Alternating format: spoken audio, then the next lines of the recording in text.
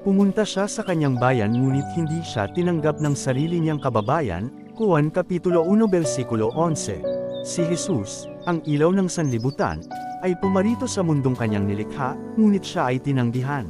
Ang mga taong nais niyang yakapin, ang mga naghintay sa Mesiyas, ay hindi siya nakilala. Ang talatang ito ay nagpapaalala sa atin kung gaano kasakit ang hindi kilalanin, at ng pag-ibig na iniaalok ngunit hindi tinanggap. Subalit kahit sa gitna ng pagtanggi, hindi lumayo si Jesus. Nanatili ang kanyang pag-ibig, umaabot hindi lamang sa mga tumanggi sa kanya kundi sa lahat ng handang tumanggap sa kanya. Ang katotohanan ito ay nag-aanyaya sa atin upang siyasatin ang ating mga puso.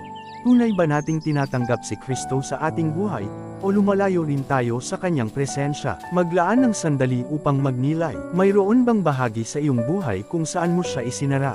Mayroon bang mga balakid, takot, o pagdududa na pumipigil sa iyo upang lubos na tanggapin ang kanyang pag-ibig? Umupo sa katahimikan at anyayahan si Jesus na pumasok sa iyong puso. Hayaan mong punuin niya ang mga puwang kung saan nanahan ang pagtanggi, takot, o pag-aalinlangan. Tanggapin siya ngayon, hindi lamang sa salita kundi sa buong pagsuko ng iyong puso.